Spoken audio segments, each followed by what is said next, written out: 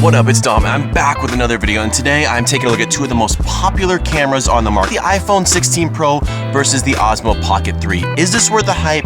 Do you need it? Let's get into it. Why is this camera so popular? That's the question number one, and I think it's because it's small, it's compact, and it checks off a lot of boxes, and especially in terms of like vlogging. Let me fix I actually think that's straight now. You got good audio because of external mics. You have stabilized footage because it's a gimbal. You have good front-facing cameras, which is something that the iPhone lacks because, you know, the front-facing camera kind of sucks up until the most recent model. But in this camera, you could just flip it around and it spins around and now you can look at yourself all you want. That's really nice and it's really easy to have and it's really convenient. And it's all in a small pocketable size, but there are some downsides to this camera that actually the iPhone does better, and that's what I want to talk about right now. First of all, battery life. Battery life on this is a little bit subpar. You know, in terms of having like a built-in camera or something, if you're doing content creation or vlogging, it's really easy to get other batteries and you could swap those out easily. With these, they're external batteries that you clip on to the bottom. Now, that is nice to have, but these are a little bit pricey to buy, you know, on their own.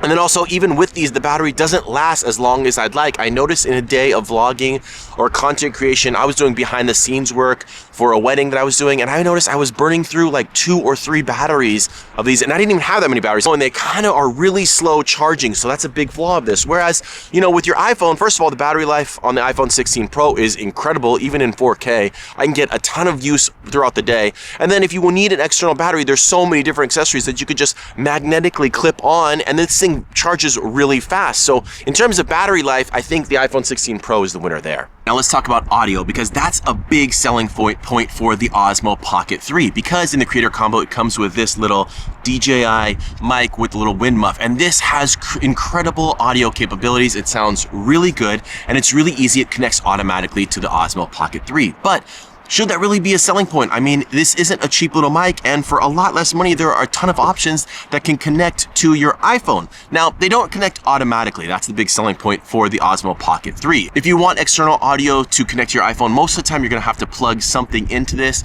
and then you're gonna have to run an external mic on here. You could run like AirPods or something, but those don't sound as good, especially in terms of a wind muff. If you want wind to be cutting down on your mic, you're gonna want a little wind muff, and this is a really great solution for that. So in terms of audio capabilities, I would say the Osmo Pocket 3 is a more convenient and easier way to get quality audio. An idiot I am. I put this thing down on my car and then got the little, the magnet is so tight on here. It's so hard. It's the magnet that goes onto this and I can't even get it off of here. Stupid. All right, now another thing to talk about is stabilization, because that's the big selling point for the Osmo Pocket 3. It's got this built-in gimbal that is really easy to use and it keeps your footage really well stabilized. But there are some downsides to it that I don't think a lot of beginning creators or just your casual creators are thinking about. Number one, gimbals are a little bit of a learning curve. They're not just super intuitive to use. They a little bit lag, there's smoothness. This is a very light camera, and the rule of thumb is the heavier the camera, the easier it is to keep stable. So there is a bit of a learning curve. It's not that bad. You can learn it really quick, and I actually love the stabilization on this camera.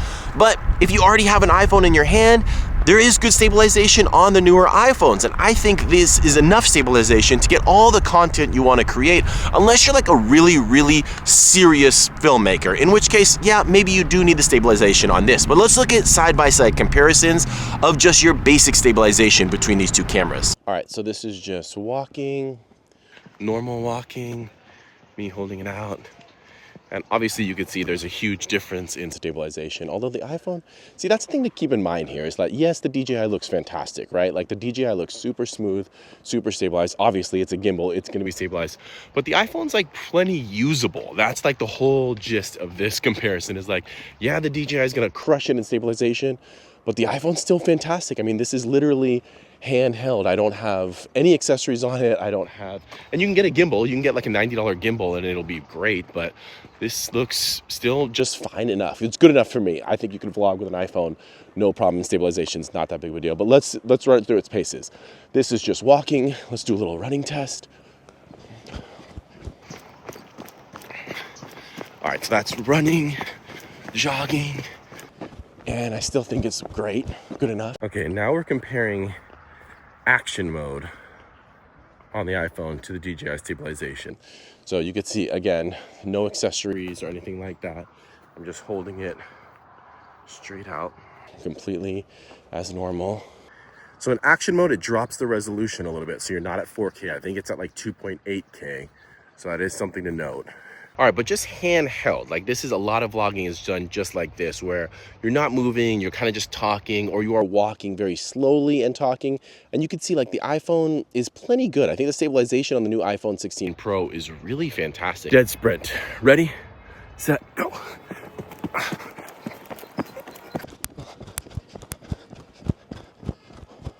Okay, that's a sprint. Obviously, the DJI wins, but is the iPhone still usable? I talked about audio and stabilization, and I gave you comparisons between the two, but I really want to talk about ease of use and convenience, because that's where I think people miss, especially like reviews. We can get into tech specs and all that stuff. None of that kind of matters as much as just, are these cameras or all these tools going to be able to give you more convenience and make it easier to get out there and shoot content? And that's where I think this camera, the Osmo Pocket 3, is actually a winner, and why I think a lot of content creators or beginning videographers or YouTubers should get this camera, because the iPhone 16 Pro is a fantastic camera, but there are some issues that I think really prevent it from being convenient. Number one is distraction. I think it's tough to shoot content and shoot footage and like get out there and tell your story when you have text and notifications and your phone ringing. And for me, this is always ringing, it's always being used, and it's really tough, and it's kind of annoying when you're shooting content and then you're getting text and things and beeping on your watch and all that kind of stuff. That's just a lot of distraction. Whereas when I have the Osmo Pocket 3, I can turn everything off, I can leave everything in the car, and I can get out there and just shoot content. I really like that, number one. Number two, it's a lot more convenient on the Osmo Pocket 3 to add on additional accessories that make it really, really convenient. For example, just this little tripod right here, it makes it so much more convenient to just set it down on a table, have it ready to go, and then just shoot stabilized footage.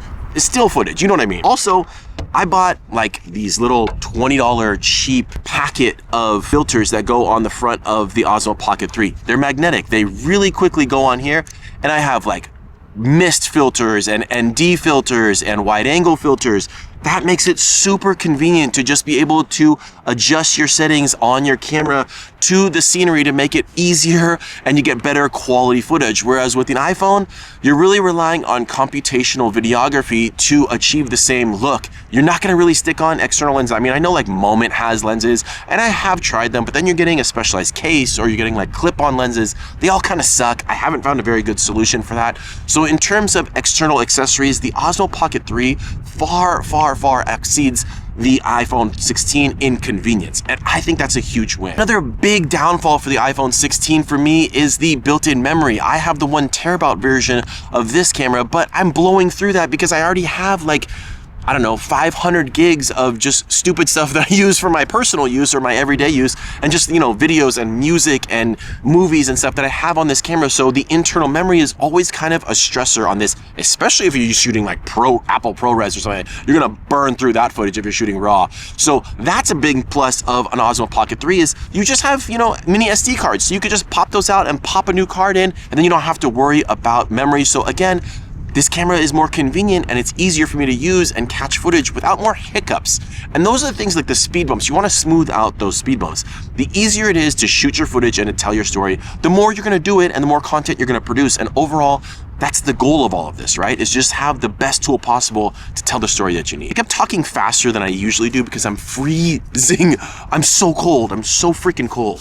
I should just go in the car. These Californians, we're so soft. It's probably like 40. Let me find out the actual temperature out here right now. It's 54 degrees. It's not even that cold. It says the highs of 59 and a low of 45. I think on the lowest, it's still like super warm compared to like Chicago or Minnesota or something. But I'm a Californian boy, I'm a sissy. Let's go in the car. Now let's talk about ergonomics and just like form, fit, and finish. Ergonomics of this camera are far superior to the iPhone. I mean, the iPhone, yeah, everyone's used to like holding your phone like this or holding your phone like this and shooting, but you know, it gets hard to keep it stable like this and it gets tiring, and then your pinky is supporting it all. So unless you have some type of like external handle holding the iPhone, it kind of sucks, right? The overall usability it kind of sucks. But in the Osmo Pocket 3, it's so convenient. I mean, it's just fits in your hand. It's like holding a little stick. It's not big, it's not heavy, and I can shoot landscape like this all day long. If I want to shoot portrait, I just swivel the screen, and now I'm shooting portrait all day long. Super nice to have in your hand. I mean, I find myself really enjoying this experience of shooting with this camera way more than shooting with the iPhone. And that's where this thing really wins out, and it's not even a comparison on convenience and having a tool more readily available to capture your content. Also, we could get into like color profiles and 10-bit footage and log profiles that the Osmo Pocket 3 can do that, you know, in some ways the iPhone 16, you know, there's Apple ProRes, but then you got to put an external hard drive on here. That's kind of like more advanced type stuff. I think anyone watching this video is probably not there, and if you're just looking for side-by-side comparison in terms of log footage, let me know in the comments below and I can provide some of those things. But I will just say, like, color correcting log profiles on this are fantastic. Also, the colors out of this are fantastic. I think both cameras do a really good job when shooting raw 10-bit footage and shooting log profiles. I think they can both do a very good job. I'm actually going to try to finish this review now because yesterday I actually went back in the car and forgot to press record and talked for like 20 minutes, gave you a whole summary. It was really good, valuable stuff, completely in the trash because I'm an idiot. But let's finish this up now. Talk about image quality, the actual video coming out of these things, and even just straight out of the cameras, the Pocket just dominates the iPhone all the way around. The sensor is better in the Pocket, in my opinion. And I think in like many situations, overall, people are just gonna prefer the Pocket to the iPhone. Just in terms of like sharpness coming out of there, contrast, saturation, punchiness of the video, I like the Pocket better, especially in low light. There is a caveat here. See, when you're shooting vertical, if you are using this mainly for content creation on, you know, a social platform or something, the big flaw for the Pocket is that it's really not 4K in vertical use. It's only 4K in landscape use. So if that's your go-to video format and 4K is a priority for you, maybe the iPhone is a better choice overall because then you're just not dealing with 3K footage. Another pro to the iPhone that I think is a weakness of the Pocket is being able to manual control your settings. Now, you can do it in the Pocket. It's definitely doable, and it's very customizable within the app. So that's like the big downfall for it, is you really have to use the app for any type of like pro settings. So if you want to get in there and tweak things on the go, you're going to have to be having your phone side by side while simultaneously using the Pocket. And then of course you already need the phone, which is what I'm comparing and contrasting to. Now the app is fantastic for the Pocket. I really like it, and I use it a lot when I'm shooting. I like to go in there and tweak my settings or change things on the go and really frame up my shot. It's really nice for controlling the camera while you're not having it. So like if you're mounting it inside a cabinet or shooting like a top-down shot, it's really nice to have the app and be able to control the camera wirelessly. So that's like a pro and a con, because changing your settings on this tiny little screen is actually a pain in the butt. I don't use the screen a lot. It's kind of difficult to frame up your shot, and I don't find it as easy. So personally, I would consider that a weakness of the camera, in that you have to continuously go back and use the app. Whereas on the iPhone, you can download many different apps, like the Blackmagic is one of my favorite. Moment has a good app. There's tons of apps that you can use, and then you can just control it right there on the screen. The screen is big, bright, and easy to use, so it's more controllable and more convenient on the fly if you need to get into the manual controls. Another pro for the iPhone that I would say is a concern with the Pocket is that I think it's a little bit fragile. Like, this gimbal situation is really cool, and I really like it, and it works really well, and it stabilizes the footage nicely. But it's also like a big weak point for this thing to keep it in your pocket. I'm constantly concerned I'm gonna snap the thing off. If I drop it, I'm not convinced that it's gonna hold up. A lot of my friends have had these and they've used them, you know, on the go shooting weddings or some type of action, and one fall and boom, it's breaking and they have to send it back to DJI, which DJI is fantastic as a company and their customer service is great. But I do think that is a pain point of this camera, and it's not really, you know, there's not really great ways to protect it. Whereas the iPhone, I've dropped it off of stairs, I've been mountain biking, it's flown in my pocket. These things are pretty indestructible. I mean, you can crack a screen, but I keep a screen protector on there. So in terms of like overall beefiness and ruggedness, I think the iPhone's gonna hold up better in the long term. Then let's talk about the lens situation, because the iPhone is clearly more versatile than the Pocket 3, because it only has one lens versus 4, but the Pocket 3, you know, is better when it's any type of selfie use or any type of front-facing content creation, because really, the iPhone has fantastic lenses on the back. I mean, you have 3 different lenses, and we all know they're great, right? It shoots fantastic footage. But the front-facing camera is not so good. It's better in this gen than the older gen, but really, if you're shooting any type of front-facing work, the Pocket 3 is gonna blow it away, because you could just spin that gimbal around, and then you have the footage that you want. So really, if you're doing front-facing footage, you should only be comparing the front-facing camera to the DJI Pocket 3. That's the main content creation you're gonna be doing. If it's social media or vlogging or whatnot, the Pocket 3 just blows the iPhone away. All right, let's close this thing out and talking about value, because this is where I think a lot of content creators and just people in general on YouTube are kind of getting it wrong. Yes, this is a fantastic value, especially if you get the creator combo. And the Pocket 3 is a great overall tool. You will use it for many different types of content creation. But if you're a beginning YouTuber, if you are just getting into this, I don't think you need this camera because you most likely already have an iPhone in your pocket. If you have like an iPhone 14 Pro or really any of the newer gen iPhones, this can do everything you need to make content. I mean, I've seen people blow up. There's like Doug DeMuro on YouTube. He has so many followers, so many subscribers. He's wildly successful and he shoots everything on his iPhone still. And you could pair this up with accessories and you could pair this up with audio. And you're not spending any additional money. Many of you are subsidizing your phones already and you're getting them for free from carriers. Whereas this is an additional $599 or $749 or whatever it is that you're spending. Maybe you're getting it used.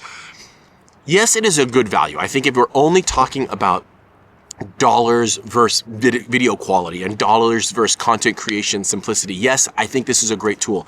But I don't think it is a better value overall than just having your phone on you. Get a phone with a bigger memory, get out there, shoot the content that you want, and just put it out. And I think you're gonna get a lot more traction if you just get the videos going rather than, spending an extra $749 on this camera. And then also, if you really want the best use out of this camera, I have to also recommend that you already have an iPhone and use the app and get used to setting your settings that way and framing your photos there. So then I'm saying like this is an additional add-on. So in terms of value, I think the iPhone definitely wins, especially if you can get it subsidized or if you already have one. Just check out my other videos on iPhone accessories that you can get to vlog with it and really set it up to be a content creation tool. But overall, I would say these are both winners in my book. I really like the Pocket 3. I hope I brought you some value. If you did, please subscribe, hit like, and I'll see you guys in the next one. Peace.